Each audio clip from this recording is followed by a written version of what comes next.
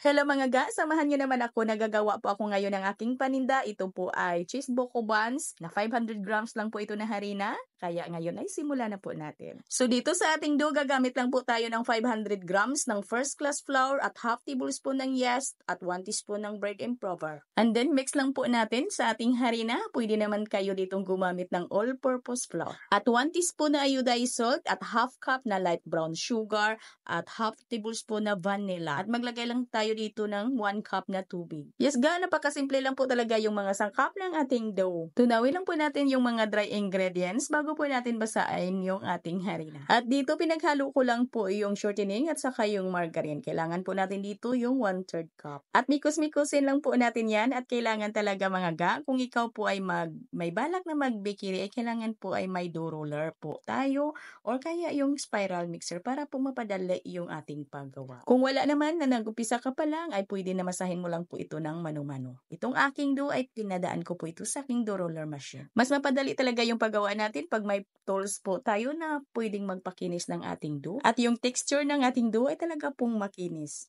At pinutol ko lang po ito sa 25 grams at pagkatapos ay pigurahin na po natin ito agad ng pabilog na mahigpit lang. At banyahan lang po natin ng shortening or di kaya margarine yung plancha na paglalagyan po natin. At i-rest muna natin yung ating dough hanggang sa ito'y umalsa ng mga 70%. At habang pinapaalsa po natin yung ating dough ay gagawa na tayo ng ating palaman. So dito meron po tayong 2 in 1/2 cup ng ating kinudkod na buko at itong mga ga ay hinugasan ko na po ito para po matagal mapanis at lalong matagal po itong mapanis paglutuin po natin. Gawin po natin itong bukayo at lagyan po natin ito ng 1 tablespoon ng margarine at half cup ng white sugar and dilutuin lang muna natin ito hanggang sa maglapot yung ating asukal at nang maluto na po yung ating buko na naging bukayo na po siya. Ayan, naglagay pala tayo dito ng 1 teaspoon ng ating vanilla. Hindi naman naon yung ating camera.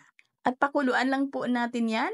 Hintayin lang po natin lumapot yung ating asukal hanggang sa maging ganito na po yung ating buko. Ito mga ga, okay na po ito. Ay palamigin lang po natin muna ito bago po natin ilagay sa ating dough.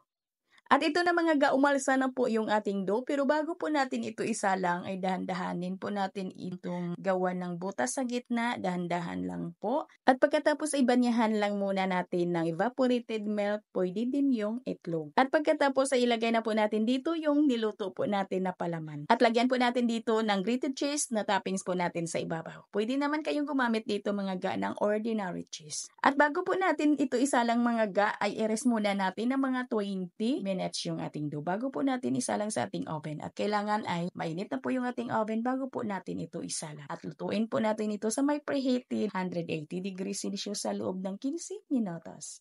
At yung iba dito ay sa gas oven ko niluto. Ay ganun din po yung ating time baking. Ayan mga ga, pwede ka naman ditong gumawa ng kaunti lang. Ay hatiin mo lang po yung ating ingredients. At kung gusto nyo naman na gumawa dito ng 1 kilo na harina, ay dublihin nyo lang po yung ating ingredients ngayon. At hanggang dito lang po yung ating video. Sana nakatulong po yung ating recipe ngayon. Maraming salamat at bye-bye!